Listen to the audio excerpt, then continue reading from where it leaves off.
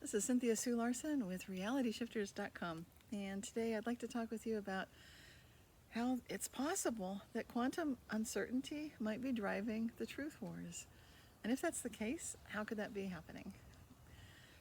Well, to start with, a friend of mine recently wrote, "Never has it become more apparent that you can be standing next to another person and be existing in two completely alternate realities."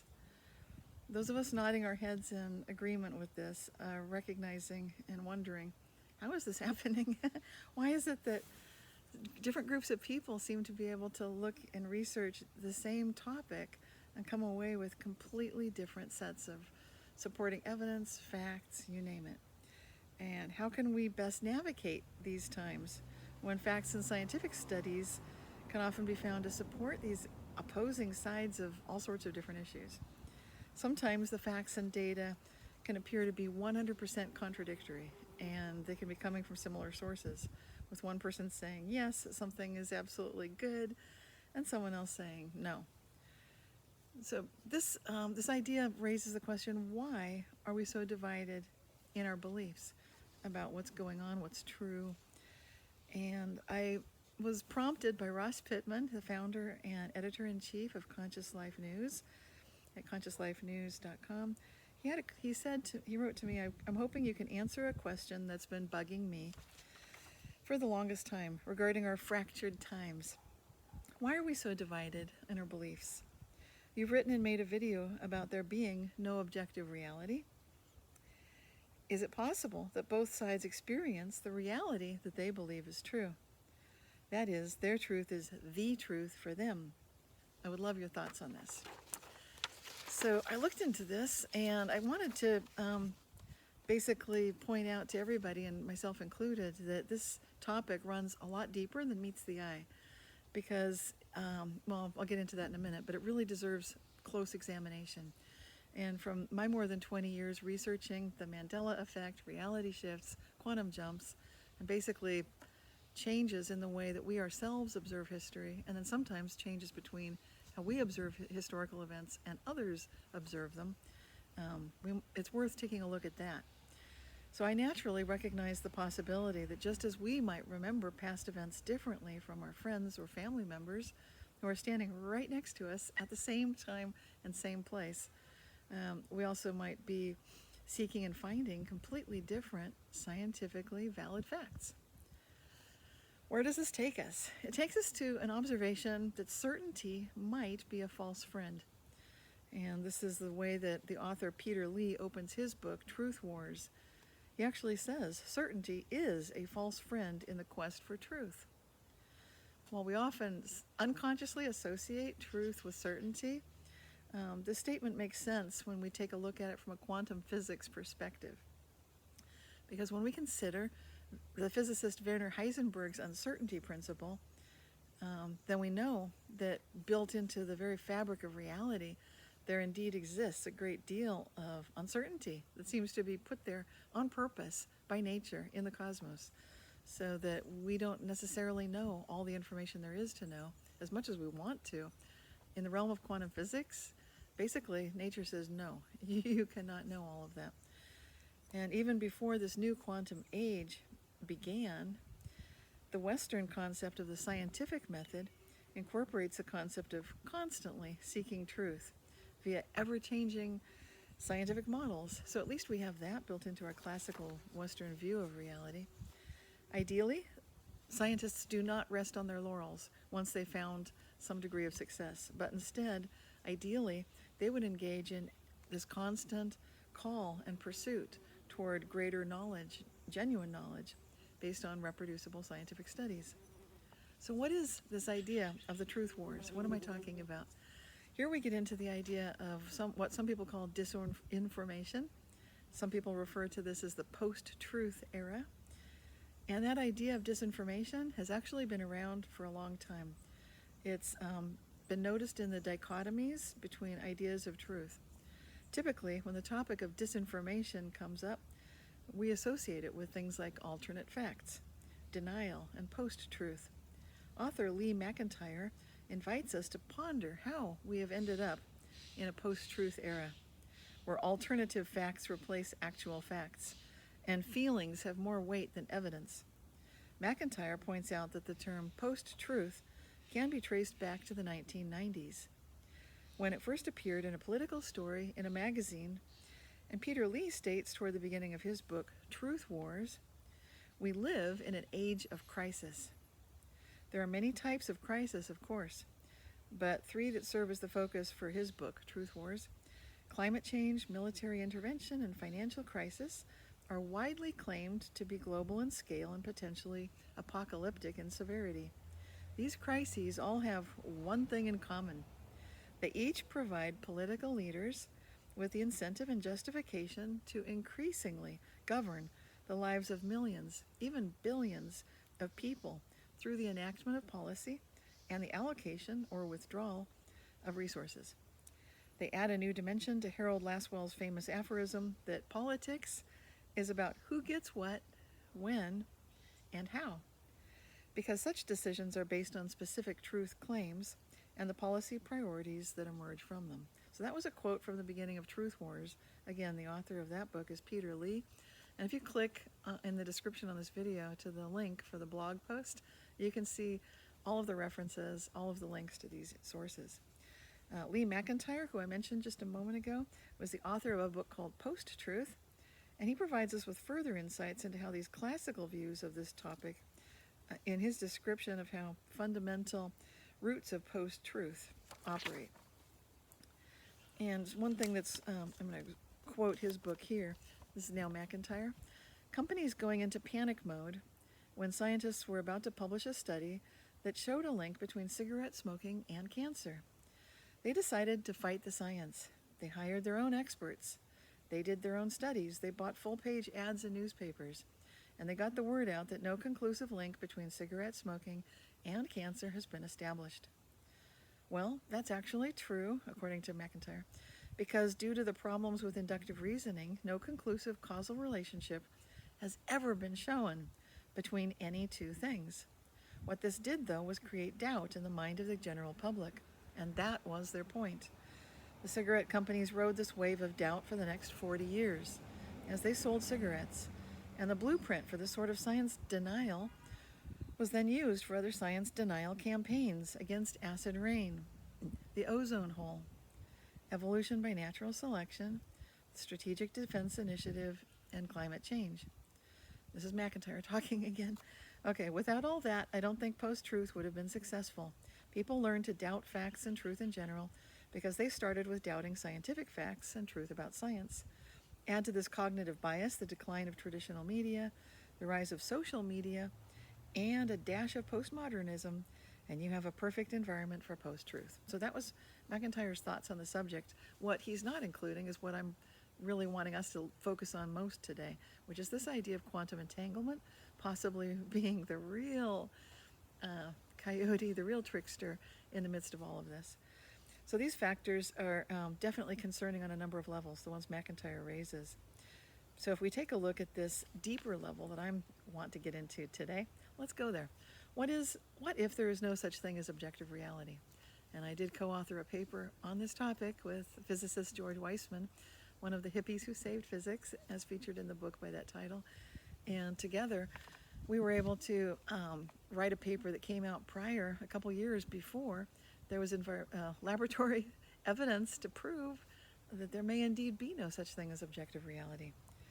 So that was, and it's something I blogged and did a video about previously. It was titled "Physics Experiment Challenges Objective Reality." And I do consider that to be probably the biggest news that came out of 2019. These are scientific results, experimental results, that suggest that there may be no such thing as objective reality in the way Western science typically thinks of it, in the sense that there can instead be two observers at the same place and same time. The Pro-Yeti team was a collaboration between the University of Vienna, Austria, and Edinburgh, Scotland, at Heriot-Watt University. And those researchers were able to conclusively show with 6 entangled photons, sort of an elaborate experiment, a version of the Wigner's friend experiment, that indeed we can and do, in a sense, find what we're seeking. So if you're looking for something, you can find it. And you can even be side by side with someone else who's looking for something else, and you'll both see what you're looking for, both come away with completely different views of what just happened at that exact place at that exact time. Yes, this does mean it does seem like we could be living in completely different worlds. So when I think of the way quantum physics is a great disruptor, it disrupts many common assumptions, including scientific assumptions. The first thing that comes to my mind is the title of a wonderful paper published in 2015 by it was in the magazine Contemporary Physics, published by physicists David Jennings and Matthew Leifer. The title of that paper, No Return to Classical Reality. Jennings and Leifer audaciously start their paper with the fighting words, at a fundamental level, the classical picture of the world is dead, and has been dead now for almost a century. This seemingly brash statement is fully backed by demonstrating that there exist fundamental phenomena of quantum theory that cannot be understood in classical terms. And as the authors go on to state, excuse me, we now have a range of precise statements showing that whatever the ultimate laws of nature are, they cannot be classical. Now, I've touched on this topic a lot of times before, in many cases on these videos that I do on YouTube. I've also written about it in my 2015 paper, Primacy of Quantum Logic in the Natural World, which I presented at a conference for Foundations of Mind. Support can be found for the primacy of quantum logic in the natural world in the cognitive sciences, where recent research studies recognize quantum logic in studies of the subconscious, in decisions involving unknown interconnected variables, in memory, and in terms of question sequencing.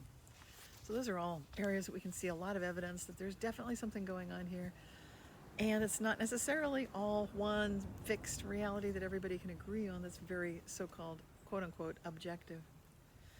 So I mentioned the Wigner's friend paradox. Let's take a look at that a little closer, because one of the many perplexing aspects in quantum physics is something known as Wigner's friend. And that's a situation in which one person conducts an experiment and a second person observes the first person. So there are layers of observation happening. And I guess if you've watched my videos, then you also know that I love the work of Leibniz, one of the two creators of calculus, because he was able to recognize a connection between consciousness and orders of perception. So a first order observation that my hand is holding my hair is then picked up by me recognizing that's my hand, that's holding my hair, and everything's safe and it's fine and so forth. So there are levels of layers of awareness that happen. We can do this with other observers as well. So when you have one person observing someone observing Erwin Schrödinger's cat, for example, and is that cat alive inside the box or is it dead? The entanglement between Wigner's friend and the person observing the cat, it becomes a group. So the entire associated observation system can be looked at as like you keep stepping back, stepping back, stepping back. If you get back far enough, you can observe where it's going. However, there's definitely layers of complexity to this. I think you can get the idea of that just as I talk about it. And so this has rocked the quantum physics research world, and it's probably likely that once we fully recognize what came out of that 2019 paper by Pro-Yeti and his team, then you'll see something big is happening here. That brings us to the idea, sometimes you hear the topic or the phrase that what resists persists. And getting back to the idea of the truth wars, and what is that? What is it when we insist that there must be some certainty here, that there's some facts that we can all agree on, and we're just gonna, actually in my opinion, we get caught up in the drama. So if you ever catch yourself getting angry, feeling frightened, or feeling sad, then you're in the dust bowl. It's not quite the Mr. Magoo level, it's like right above Magoo. We have a higher level of consciousness that has access to the future. Like when I recently wrote an email to future me, was able to provide assistance and help to myself in both directions. Definitely cool. So we do this all the time, usually not consciously, and something that we can do is recognize that there is such a thing as confirmation bias. We hear that term bandied about quite a lot. It has possibly its roots in quantum physics, where we can recognize it as the observer effect. What is that? The observer effect is where we observe a physics experimental apparatus, for example, and based on how we choose to observe that experimental apparatus, we can witness, for example, a photon acting like a smeared out probability smear where it can actually interfere with itself. One photon at a time can act as if it's going through an interference pattern, like it was bumping into lots of others, even though in that one moment only one photon went through. And that's all dependent on the way the observer chooses to look at that experiment. So that observer effect can be taken as seriously impacting every level of reality. Why is that? That's simply because quantum physics is everywhere. It's not like Las Vegas, where what happens in Vegas stays in Vegas, so the advertising campaign would have you believe. Quantum physics does not stay in the realm below the Planck constant. Indeed, quantum physics is quite capable of changing everything and creating what we might call miracles, what we might call synchronicity, what we might call teleportation and bilocation and superposition of states, where you can be psychically attuned to recognize a parallel possible reality, that with a boost of energy you can make that jump into that other reality. Anyway, that's my topic that I love to get into, as you know. But going back to this topic, Albert Einstein once referred to spooky action at a distance when he was talking about this entanglement that's happening between so-called quantum particles, which can also act like waves. So now that we see there may be fundamental underlying qualities to the cosmos by which elements of quantum physics could be driving these truth wars, most of us at this point are probably saying, but we don't want truth wars. At least speaking for myself. I could do without them. What can we do to create a stable sense of peace? The key to finding optimal outcomes and end games, as often you hear that term talked about in these truth wars, it lies in envisioning and focusing our attention and energy on potential possibilities that have more to do with what we are grateful for rather than what we are anxious, angry, or despairing about. This is really the go, no go. If you want to know which level you're operating at, just check yourself for that. Am I angry? Am I feeling fearful? Am I feeling sad? Deeply despairing sad. So of course these emotions can come, they can go. The issue becomes when day after day, week after week, month after month, for example, you catch yourself feeling angry about those guys on the other side of the truth war. Okay, well, that's when you know you're caught up in the drama, and it's better not to be there. Better for all of us. So if you find yourself doing that, then, and if you notice that, boy, I've been insisting on focusing my attention on those who disagree with my views or our views of historical facts and scientific findings. So now we just have to do a better job. We have to prove our case more clearly. That's really getting caught up in the drama, and there's a very high likelihood that instead of ending that truth war, it's going to just keep going. So now that we're entering this quantum age, we can actually thrive by adopting a quantum age mindset.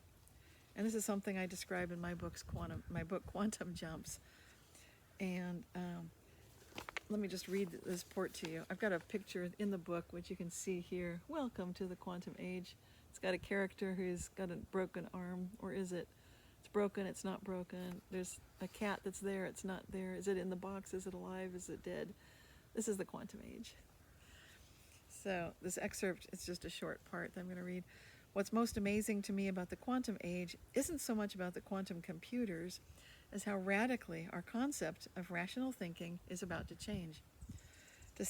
The seemingly simple transition from bits to qubits takes us from westernized binary view of true-false logic into a wild and woolly realm of true, true and false, not true, not false, and false. We're entering a weird, wonderful world of possibilities in which we will discover that just because we think something is a certain way doesn't mean it will stay that way, or that others will experience it that way.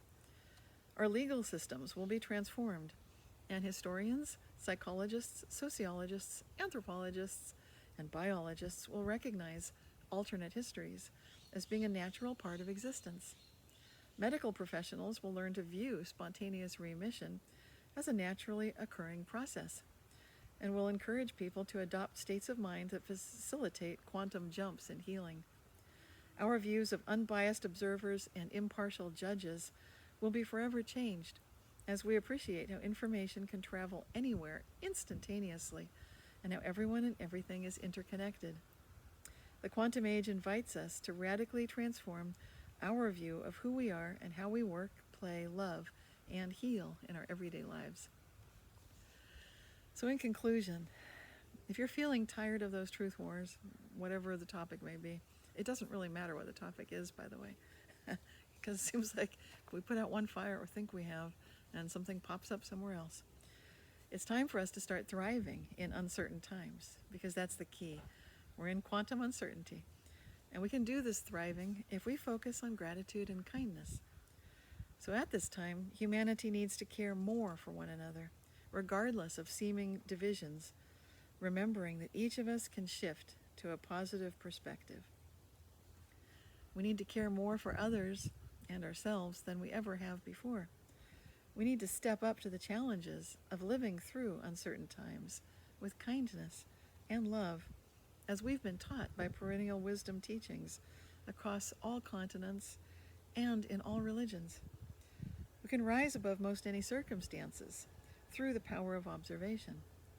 We can choose Rev humanism in apocalyptic times. And of course, one of my favorite ways to get and stay focused on optimal outcomes is to ask that favorite question of mine: how good can it get? So I hope this has been thought-provoking for you. And if you find it interesting, I hope you can like and share this video. Feel free to click to the link to the Read the Blog article, which has the links to the sources. And of course, feel free to share this. And I do have a website, realityshifters.com, where you can subscribe to my free monthly newsletter, Reality Shifters. And until next time, this is Cynthia Sue Larson with realityshifters.com, sharing my intention with you that we can all together find out how good it can get.